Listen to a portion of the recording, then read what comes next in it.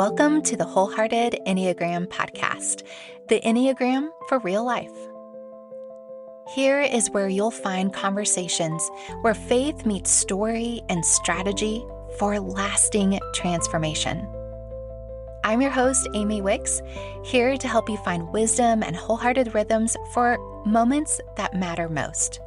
Whether you're learning your type or deepening your spiritual formation, these conversations will remind you that the Enneagram shines a light, but Christ is the transformation.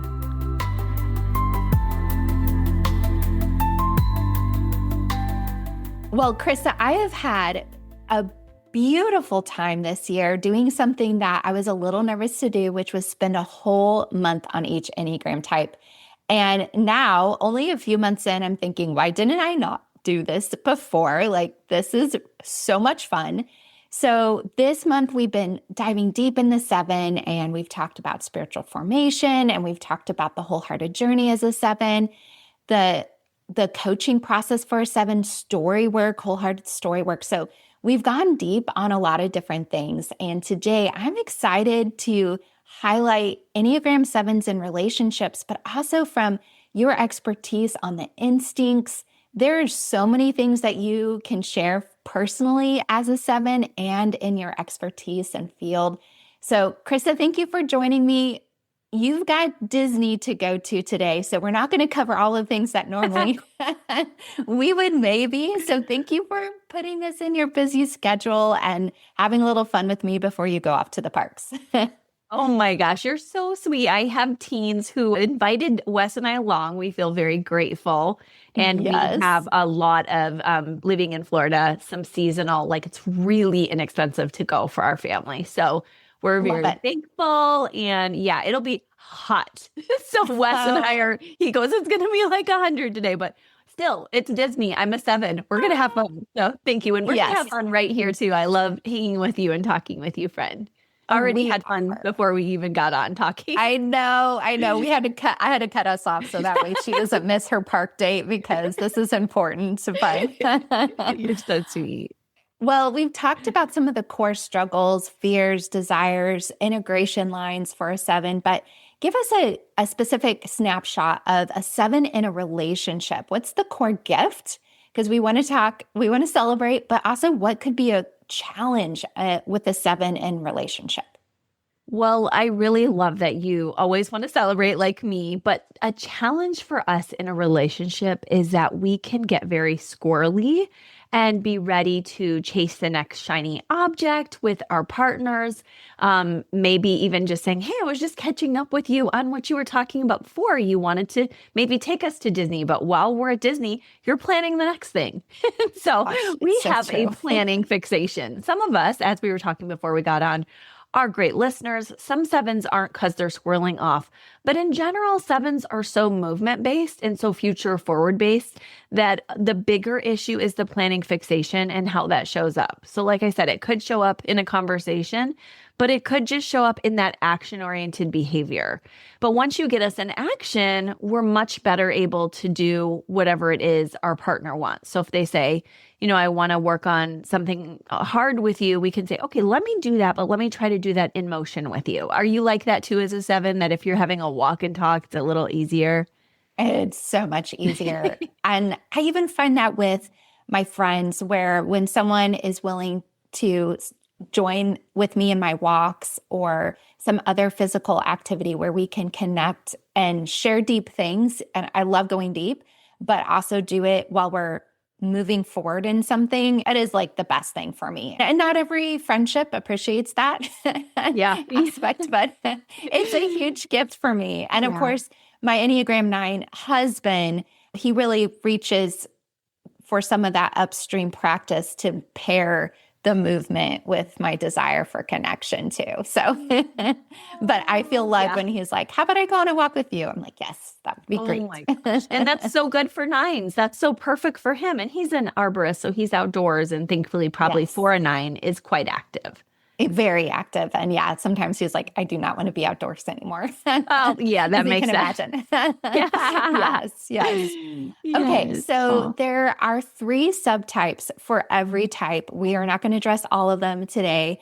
And a quick little shout out, if I'm allowed, you have a book coming out in February that I've already gotten to preview and endorse. February feels so far, but you're going to go deep on the subtypes and the instincts, but give us the glimpse of the Enneagram Seven's subtypes and how they show up differently in marriage.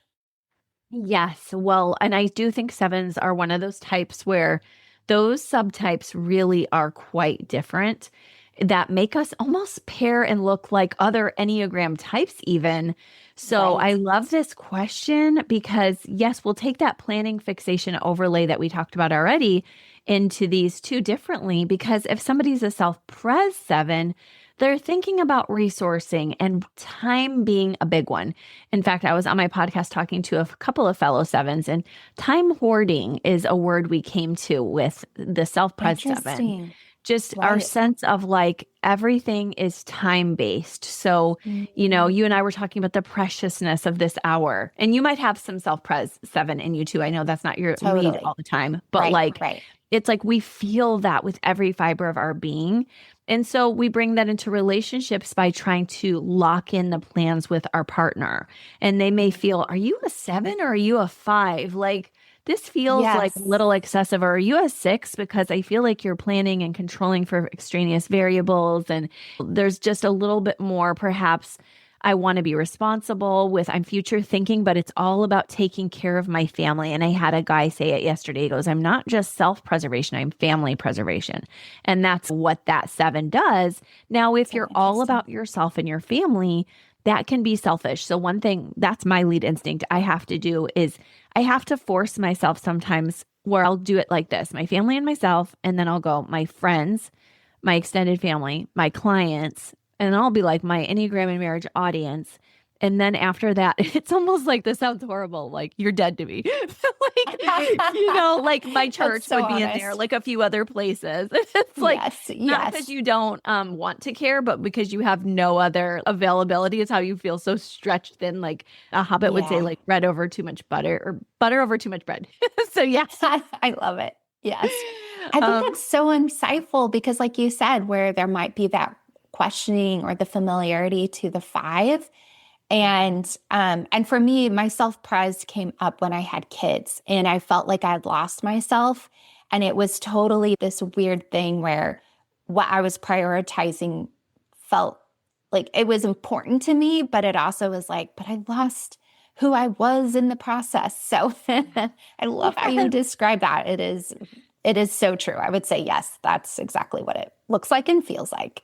Oh my goodness. And you know from firsthand that every seven needs a little bit of that. Now, the sexual seven is somebody who has a deep imagination. And this seven has some traits of a four because they go Mm. deep, and some eight traits. Like, I'm willing to be passionate with you and go to the depths. Somebody was just talking about their seven, and they don't know subtypes like we do, but they were really explaining that beautifully to say, one of my favorite parts of my marriage is how it was a four. Me and my seven, we go so deep on everything philosophically, spiritually. I know you do that, right? You love to go Yes, deep.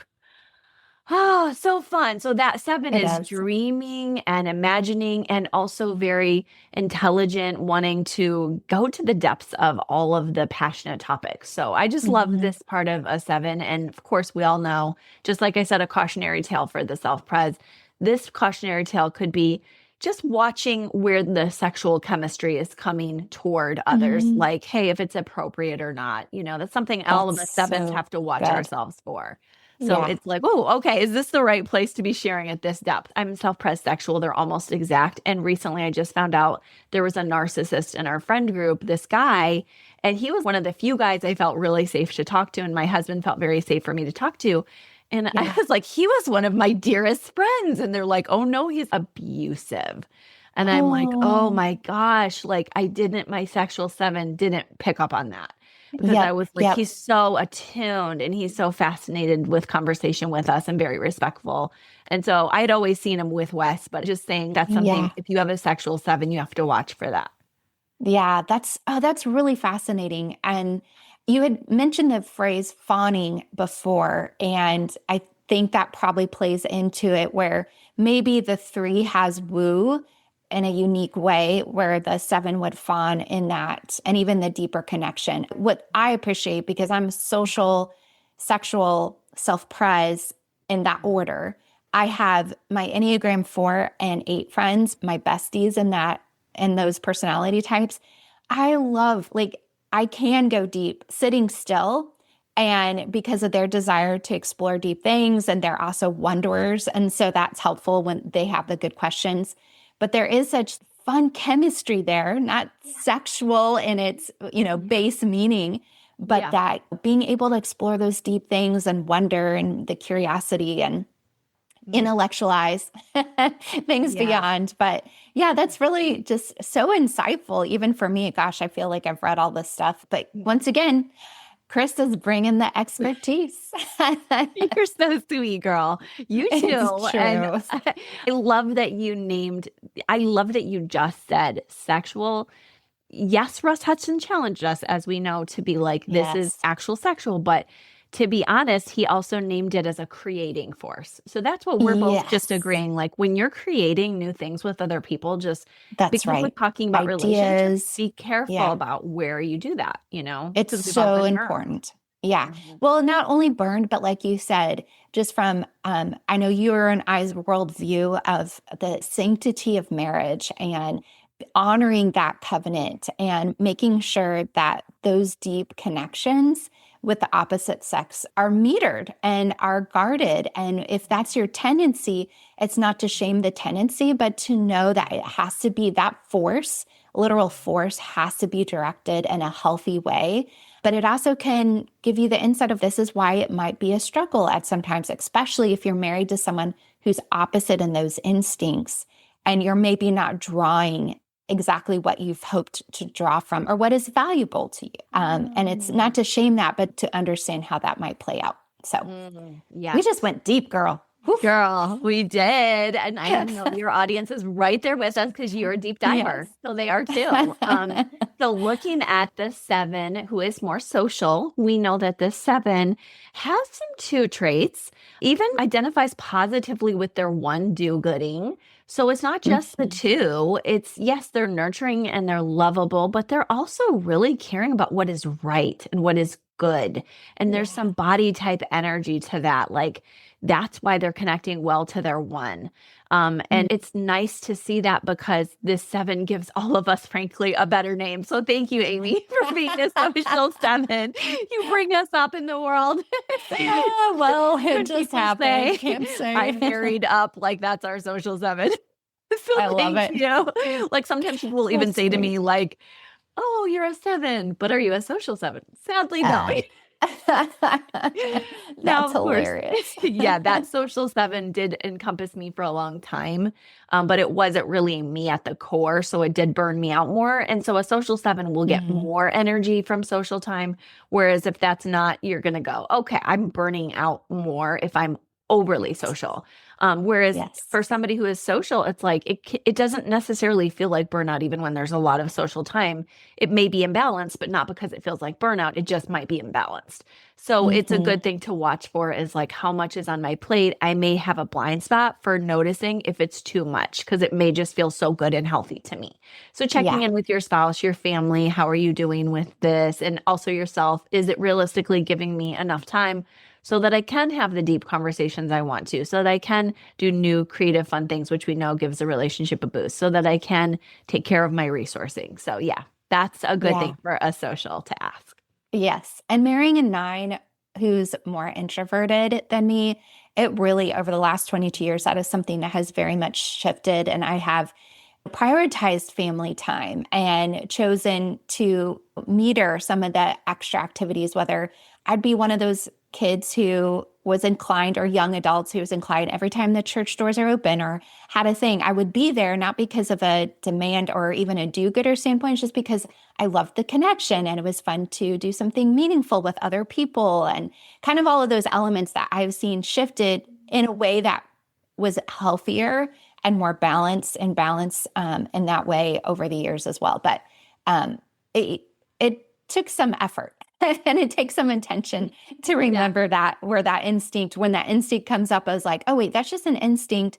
It's not bad or good, but I have to like process through that. Is that actually the right thing that I need to be doing in this season and in this time of life? So anyway, that's a little bit of, I love hearing that. Yes.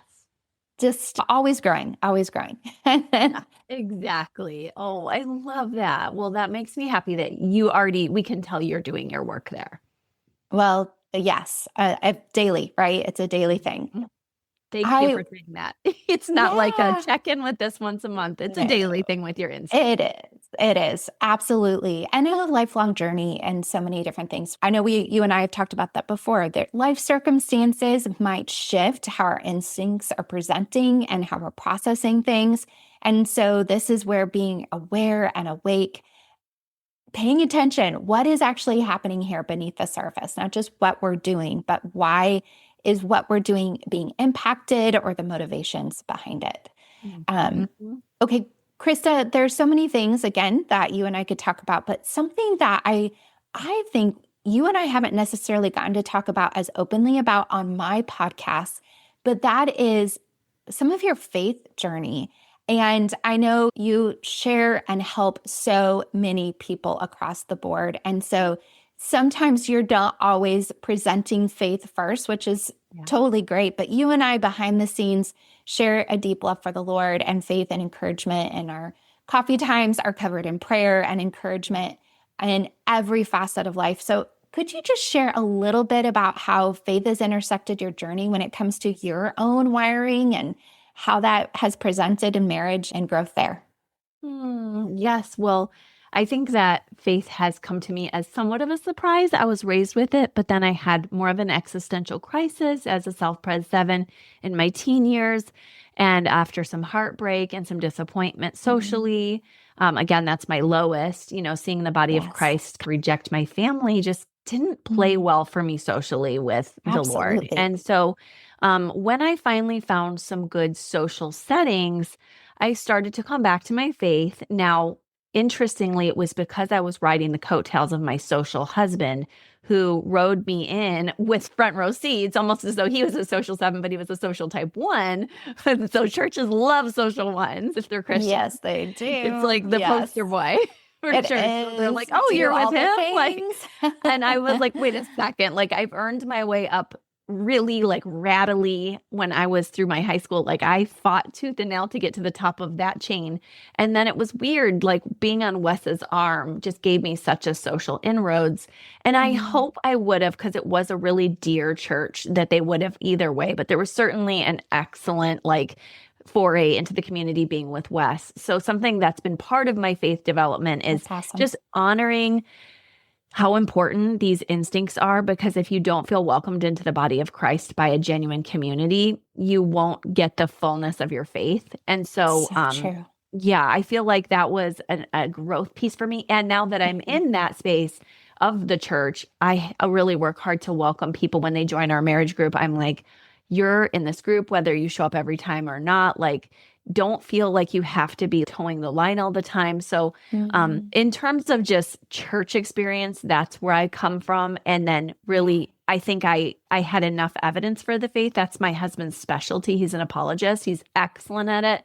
And he can give you all the statistics on why belief in God has even more of a scientific root than not belief.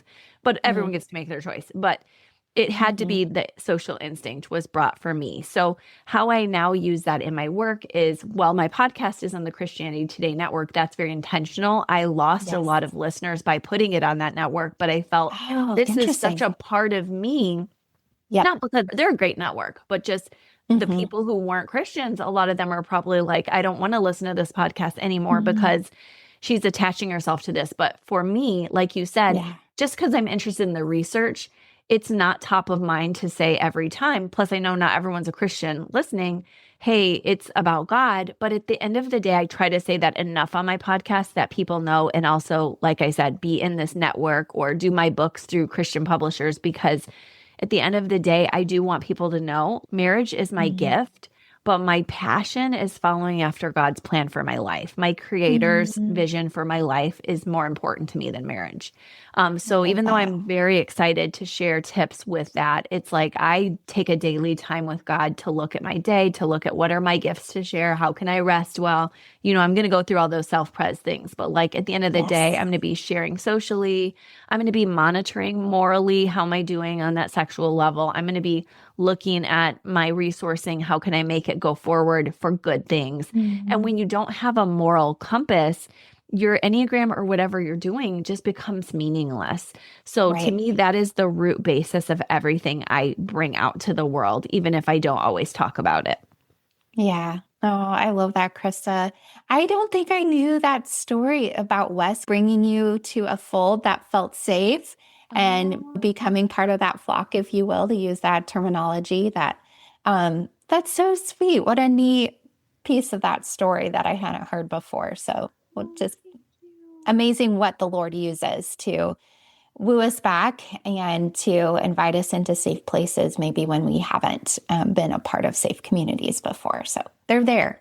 Yes, they're there. Keep trying. That's right. That's right. We can both say we understand the negative ones. We've experienced it, but we can also speak to the hope that it's not all like that. So well, thanks for sharing. It's so good.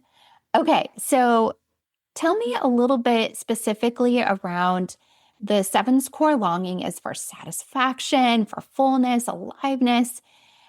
What does it look like when it's being met in a healthy relationship versus when it's driving the relationship off course? And probably you and I have some personal stories where we've seen that play out.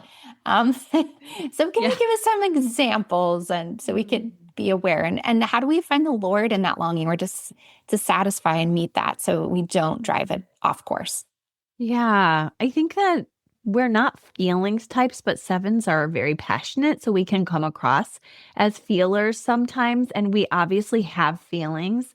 But I guess I say that because we can let our feelings or our excitement or planning for fun take us to places with our relationships where we don't feel satisfied because maybe we have to take a trip to the dentist that day and we can't find much fun about that.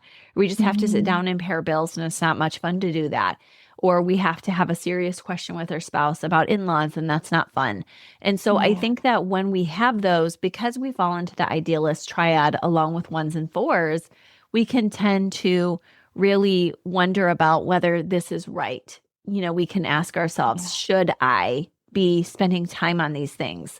But the truth is there are good shoulds that just aren't fun and everything can't be rewired into fun all the time.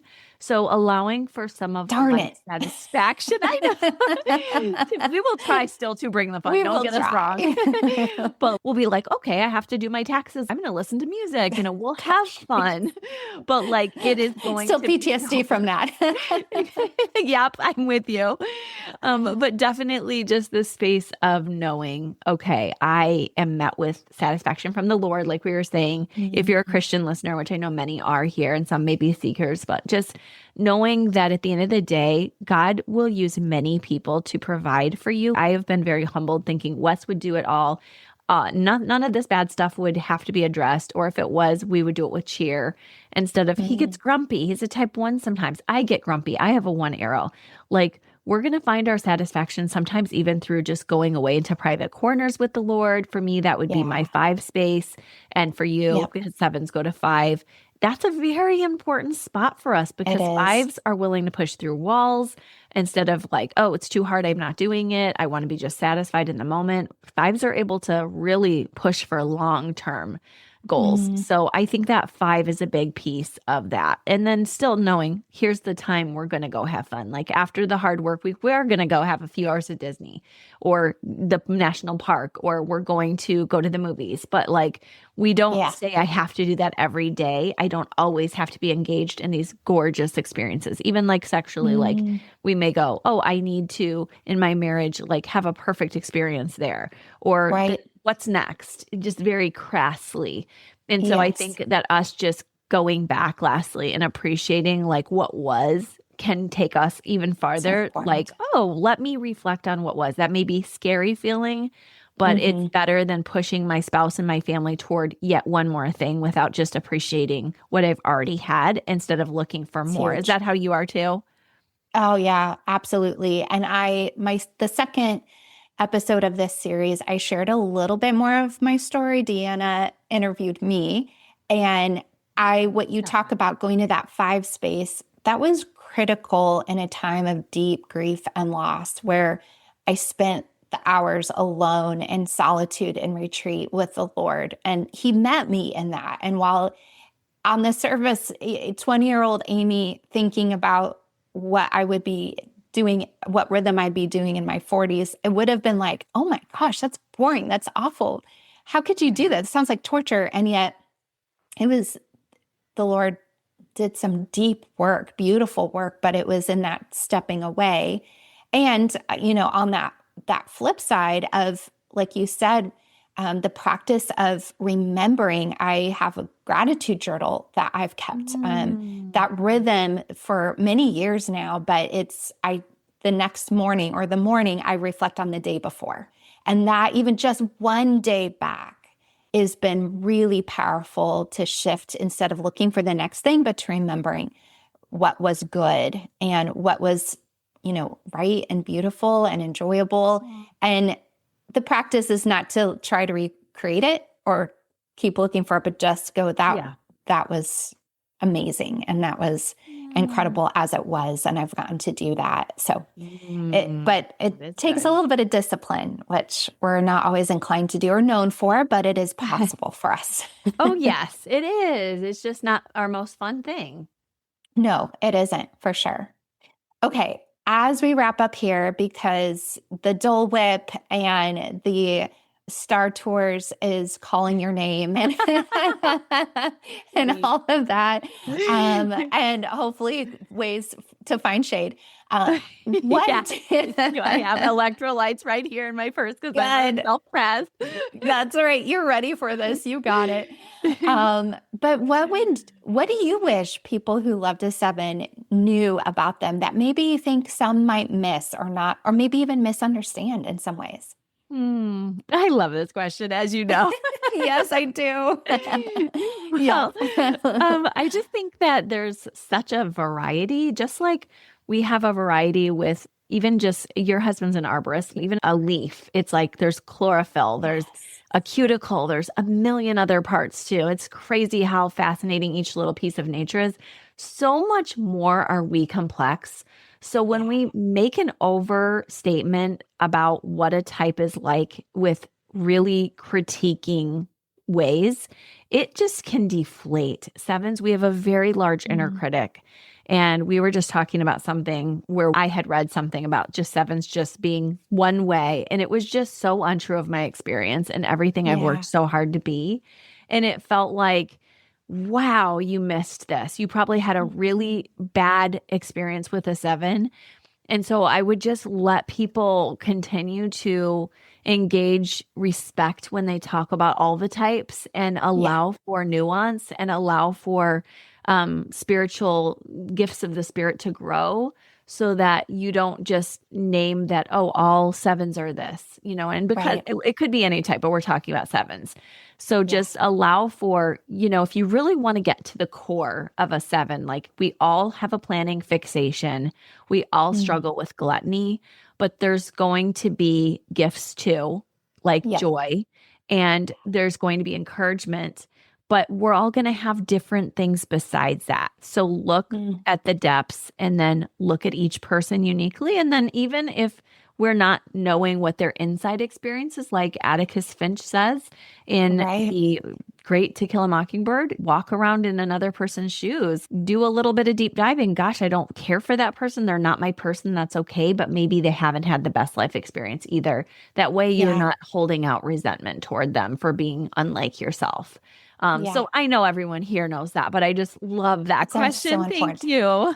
Yeah. Well, I mean, and you and I have talked about this, but that's why I wrote or gave a narrative, a fictional narrative about each type with the hopes of inviting people to walk in someone else's shoes, even just, a few pages or several thousand words to to understand maybe the fullness. And even then, a few thousand words can't capture everything, but to invite people to the nuance that we all live and that we are layered and storied and have different circumstances and experiences that contribute to why people might experience us in the way that they are. And it's not all just because, well, sevens are so whatever.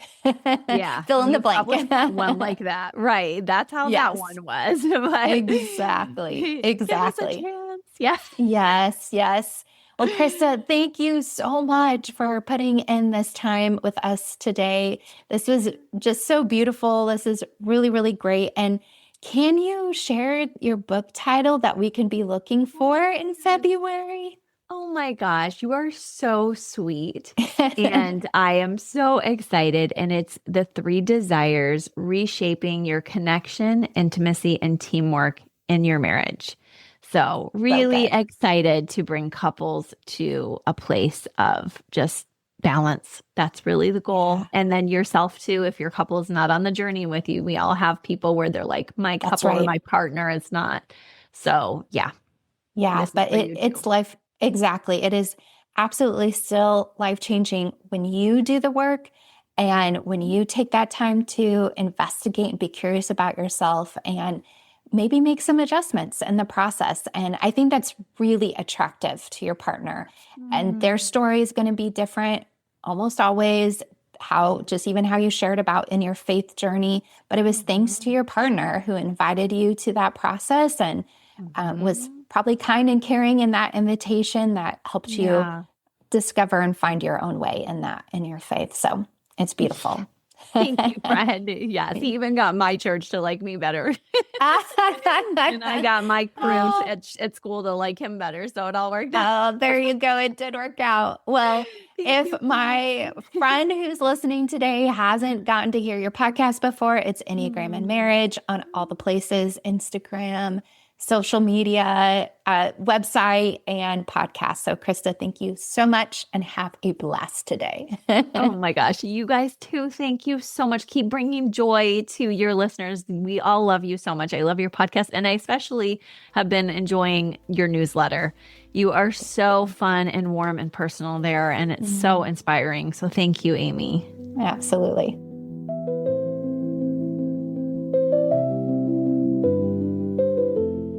Thanks so much for joining me for the Wholehearted Enneagram podcast.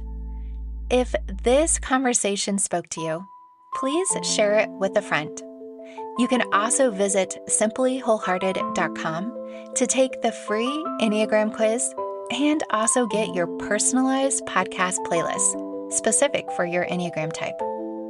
And remember, friend, your starting point doesn't have to be your stuck point.